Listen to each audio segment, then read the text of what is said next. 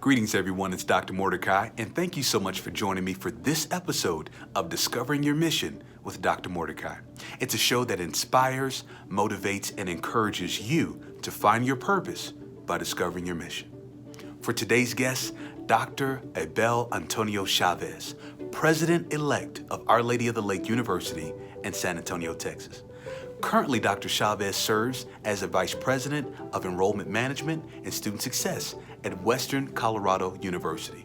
A son of immigrants, first-generation college student, proud product of Denver, Colorado with ties to El Paso, Texas, and Mexico. Dr. Chavez is a brilliant mind who has been granted the opportunity to serve at the highest levels of the academy, and I believe he's going to do an amazing job. At this time, join me for my interview with Dr. Abel Antonio Chávez.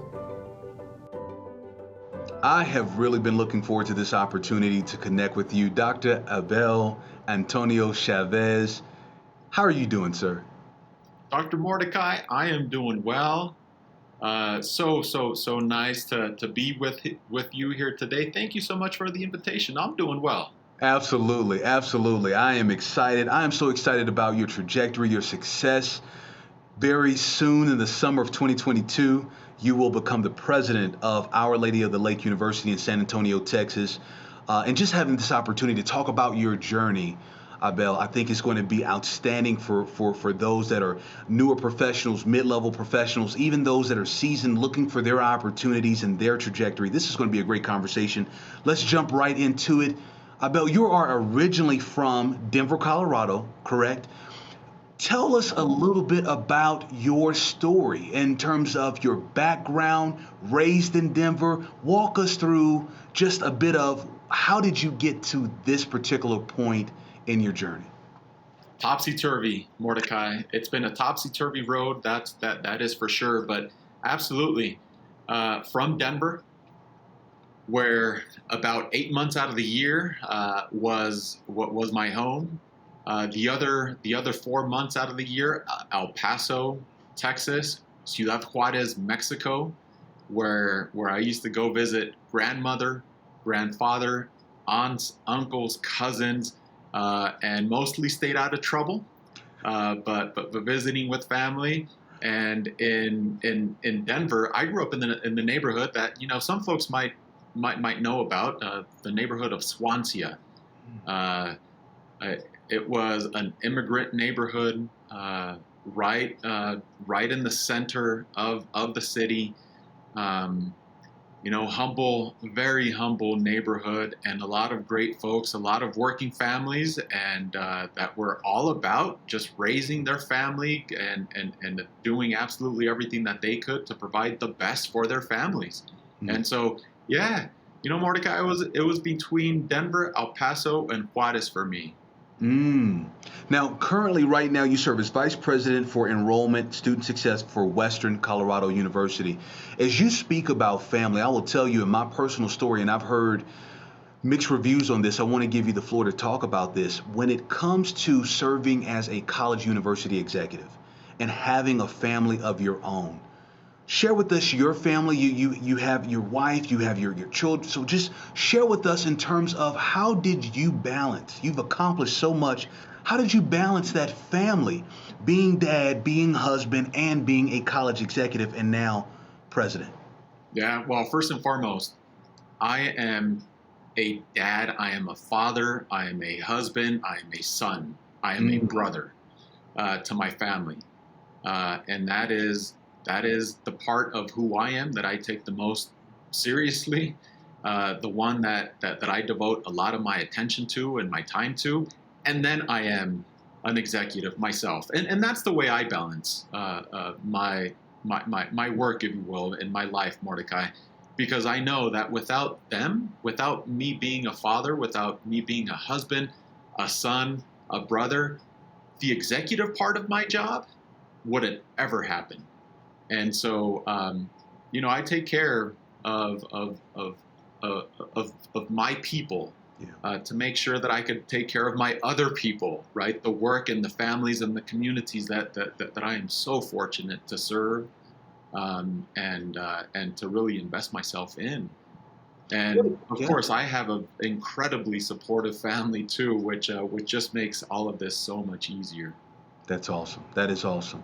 What advice would you have for someone? They're watching this right now and they're saying, I am doing my best to try to figure out how to integrate work, life. I desire to make the climb in my career, yet, I need some wisdom on how to integrate and balance all of this. What advice would you have for that individual? Well, I'll tell you what, Mordecai, I break bread. I have dinner each and every evening with my family, and nothing gets in the way of that. And if I have to attend to some university matters, I schedule those around that dinner with my family. And so it's somewhere between the 6 and the 7 o'clock hour, where the Chavez family sits down and we have dinner. No devices at the dinner table, because that is our time to be together. And at least for me, it starts with that, right? Having those boundaries, those clear boundaries where I am absolutely dedicating myself to my family, but then also at different times of my day where I absolutely dedicate myself to my university, right? And the causes that I work on behalf of. Yeah, that is awesome. That is awesome. I'm sure that's going to help a lot of folks as you share that. Here goes a question. Did you always know you wanted to be a university president? Was this always a part of the cards? I mean, I'm looking just at your trajectory, and certainly those that are watching this, especially on YouTube, be sure to look down in the description. We'll include this bio information. But Dr. Chavez, did you always know you were going to be a university president? No, not at all. I am an introvert. Many folks might be surprised by that, but I am an introvert. But I've never been shy about stepping into and leaning into the roles that allow me to serve, Mordecai. And that is student government many years ago. That's serving as a president of the student chapter of the Society of Hispanic Professional Engineers many years ago. I've always been eager to make those around me and their conditions better, and oftentimes that is calling on me to serve in these roles, right? To make those around me better in their conditions, even though I am an introvert. And so, look, my trajectory has been one of those. Again, just always stepping into that next opportunity. As an undergrad, stepping into and applying for engineering school, I wanted to learn about the world around me, Dr. Mordecai, and how stuff worked. And I wanted to prove, some people wrong, that students from inner city communities and neighborhoods could be engineers and could be really good engineers. Yeah. As an entrepreneur, I knew that I wanted to connect my knowledge of resources and my network to improve businesses and small businesses and the business owners' livelihoods. As a professor, I thought that my lived experiences, both upbringing and global travels, coupled with the way of me seeing the world, could help motivate students to also, for them to jump into and lean into their calling. And before you know it, a couple decades have passed, nearly 3 decades, and here I am, right, taking on a new opportunity, another opportunity to serve. Yeah, I love it. I love it. I love it. Dr. Chavez, walk the watchers and listeners through mentorship, right? So you talk about this trajectory for yourself from the inner city, proving people wrong, pursuing engineering, all of these accolades over the past 30 plus years. Walk us through, how did you seek out mentorship? How was mentorship provided to you, or was it not? Walk us through that a bit. One of those other things that I've never been shy about, asking for mentors. Always asking, folks that I might have met or might have been introduced to, knocking on their doors and saying, hey, this is who I am. This is what I could bring to a potential relationship with you, potential mentor. Would you mind being a mentor for me? And that's one thing, right? To ask for that mentorship help. It's another thing to get that mentor, right? To be agreeable to that relationship. But then it falls on us as a mentee to make sure that we are committing, that we are investing, that we are dedicating ourselves to what we have asked from our new mentors. And throughout my career, throughout my life, I've had some phenomenal people who have been so generous with their time and assisted me, and been extremely rigorous and pushed me. That again, before you know it, I've accumulated all these excellent experiences and mentors and really neat opportunities, and it's again, it's that group of mentors who I owe a lot of this trajectory to, and especially here as I prepare to make my way to San Antonio, my family and I to step into the presidency at Our Lady of the Lake University. I've been taking these opportunities to thank these mentors for absolutely everything that they have meant to me throughout my career. Powerful, powerful, powerful. Let's switch gears a little bit here and just think in reflection of your journey to this point. It's truly a historic journey that you've taken, Dr. Chavez, and it's just an honor to know you. As you reflect on your journey, what have been the lessons?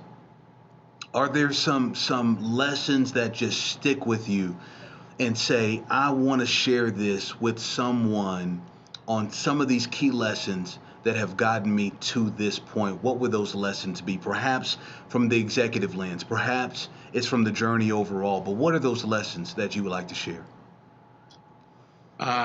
So there are 3 overarching lessons, Dr. Mordecai.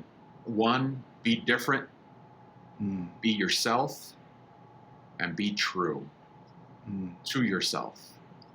And I learned these lessons in 2 overarching ways. 1, from my mentors, who, again, I owe a lot to. But the second overarching way, a very important one, is by making myself vulnerable and exposing myself to a multitude of experiences. I am a firm believer that there is absolutely no substitute at all to the roller coaster of emotions and the deep learning that occurs from putting oneself out there into these multiple experiences. And that's the only way that one as professionals, right, can be comfortable with being different, with being oneself, with being true to oneself and one's values. And it takes time, right? It takes time. And of course, we have to go through these roller coaster of emotions to be able to get there. But tell you what, once we get there, it makes the work that we do that much more meaningful and that much more impactful, because it shows. Absolutely. You talked about service. It's a word that you've used a few times through this interview that resonates. It resonates with you. It resonates with me. Where does that word come from? Service is something that seems, even in our conversations as I've gotten to know you, it is deeply rooted in who you are as a person. Where does that come from, Abel? That comes from mom and dad, without a doubt. Yeah. Mom and dad always willing to take their shirt off their back and to give it to someone else who might be in need of that. But it also comes from my deep awareness that I would not be here right now having this conversation with you, Dr. Mordecai, if it wouldn't have been for the many folks who have always been so kind and caring to me. Yeah. You know, some of them were mentors, some of them were not. Mm-hmm. But folks who have given me that time of day to say, yeah, I'll listen to you. Here, yeah, I'll answer your question. Yeah, I'll take your phone call. And so it is my obligation. It's my obligation to give back and to pay it forward so that the next generation of leaders, of executives, of advocates, so that they too can have the platform or platforms that I've been so fortunate to be given. Why and how? Through these folks who have been so kind to me. That is awesome. Going to hit a different gear here. We're now in this point of the journey where we want to pull some additional wisdom from you regarding the interview process for the university presidency, right? So there's folks that they're seeing for themselves that they desire to be a university college president, and you have now successfully reached that point in the journey as we look forward to you becoming the president of Our Lady of the Lake University in San Antonio, Texas. What was it? When did you know? How did you know that you were ready to begin to put your name in those hats, or hat? Just one hat, it could be the case, right? So interested to hear your journey. What was it that within you said, I am now ready to become a president? Goes back to to those lessons, right? Being different, being myself, and being true, but then also putting in the work day in and day out. Yeah. I know that part of my routine, Dr. Mordecai, is every day, each and every day, without even thinking about it, I study our industry. I care so much about education. I care so much about improving education. I care so much about creating access to education that I read education, I study education, I talk education. I'm always doing something around education, and so I had the confidence that I know the industry. If we want to call education an industry, from K-12 to higher ed, so much because I consume it so much, that I wanted to put myself out there. I wanted to get my knowledge out there to be of service to an institution that aligned with my values, to try to make this world a better place, to try to create the same system that has been so transformative to me and my family, and scale that to others. Mm. And so, it was about a year or so ago that a few mentors who know my work ethic, who know my commitment and my dedication to education, when I first put it out there in a conversation with a particular mentor, it naturally returned back in from multiple directions in multiple ways, and I just couldn't get it out of my mind. Yeah. And so that gave me permission to dig deeper into learning education and to serve education even further. And here I am, so fortunate to be on the eve of joining Our Lady of the Lake University.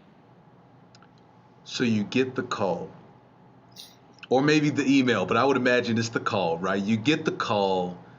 We want you to be our president at Our Lady of the Lake University. Walk me through the call. Walk me through the feelings. Walk me through the emotions. What did you experience in that moment?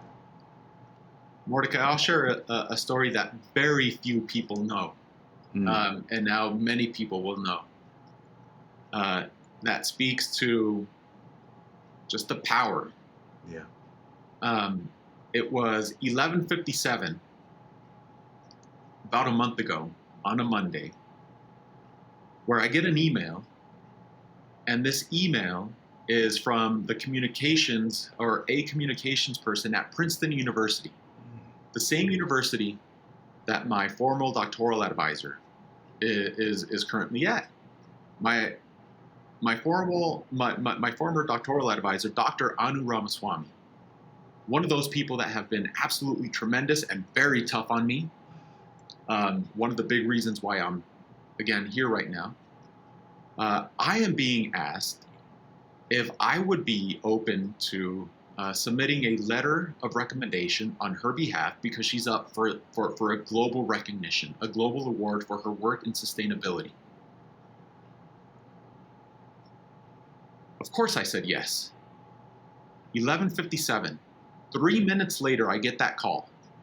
I get the call inviting me to serve as president of Our Lady of the Lake University. And at 11:57, right when I first got that email, I thought, of course I'm going to do this. Golly, it's this person who has been so kind and so generous that, you know, my family and I have gone through this roller coaster of emotions over the last few months. I did not know that 3 minutes later I would be getting the call. Yeah. That is awesome. Now that you are preparing to join San Antonio, Texas, to make that a part of your family, your community, as president, current president-elect, however, you're soon to become president, what is your vision? What do you, at this particular point, and I say this, and there's to the watchers and viewers, I say that because, of course, as presidents, you know, there's the parts that we experience, you know, outside looking in, but it's not until you really get in that you get to learn and understand a few things deeper. But at this particular point, Dr. Chavez, what is your vision? What is your agenda, your hopes for Our Lady of the Lake University? So for Our Lady of the Lake University, we will soon, very soon, in partnership with the tremendous faculty that we have on campus, the tremendous staff, and the incredible students, donors, board, communities that we serve, we will be leaders in terms of access, affordability, and attainment. And we will be the case study on how to achieve these three things in sync, right? With also putting great values and skill-based professionals and students out into the world to tackle some of the more complex issues and challenges and opportunities on a global scale. But we will start in our own backyard, though, Dr. Mordecai, and what we will do is begin to tackle some very complex but very relevant binational cross-border issues, economic development, entrepreneurship, energy, transportation, food, a number of issues that are affecting both the US, Texas, and Mexico. And our students will be out there and they will be leaders, convening multiple organizations, agencies, communities, and taking the lead on addressing a lot of these issues, again, that affect both sides of the border. I love it. Great vision, great mission. You're going to be very successful. My very last question for you, my friend, as you know, the name, the title of this show is Discovering Your Mission with Dr. Mordecai. I am eager, Abel, to hear your mission statement. Please share with us. Dr. Mordecai, rather straightforward, simple, transform communities and create opportunities through the power of education. You know, my dad used to share multiple sayings with me, and one of those that he used to share with me, I'll say it in Spanish and then I'll translate to English. He used to often ask me, "Mijo, ¿qué estás haciendo hoy para ser quien quieres ser mañana?" Or, "Son, What are you doing today to be who you want to be tomorrow? And that sticks with me, Dr. Mordecai. Asking myself, am I doing the right things to take my communities, my family, the things I care about, to the place that I want to take them to tomorrow? And so I invite your guests, your listeners, to think about the same question. And let's continue to roll up our sleeves, to put our best foot forward so that we could also put our communities forward and continue to help to push our communities forward as well. I am so grateful for your time. We are grateful for your wisdom shared. Dr. Abel Antonio Chávez, future soon to be in the summer of 2022, president of Our Lady of the Lake University in San Antonio, Texas. I would say this to anyone that's watching that is from the university: look out. This is going to be an amazing president who's going to do amazing things and has a heart for service. I'm just excited to know you. You know I'm in your corner, my friend, wishing you the absolute best. Together, we will support one another in these roles. Thank you so much for your time, Abel. I appreciate it. Dr. Mordecai, thank you so much. Greatly appreciate the time. Thank you. Thank you so much, Dr. Chavez. I greatly enjoyed this interview with Dr. Abel Chavez, and I hope you did as well. What I'd like to do at this point of the show is highlight 3 key takeaways for your personal reflection, something to think about along your journey. Certainly, there's so many more points that were made, but here's 3 for consideration on today. Number 1, Dr. Chavez says family comes first. You heard him talk about how he formulates his day to ensure that as a father and as a husband, that is what comes first, service to his family, and then he moves and coordinates everything from around the concentration of family being first. Secondly, he says never be shy about asking for mentorship. Key point there, it is up to you to take ownership of your professional and personal journey and seek out those mentors. Last, certainly not least, he said be different, be yourself, and be true to yourself. Very powerful points, 3 key takeaways from my interview with Dr. Abel A. Chavez. Thank you all so much for watching today's show, Discovering Your Mission with Dr. Mordecai. I certainly hope that you enjoyed it. Please share it with others, and I'll see you next time at itsdrmordecai.co.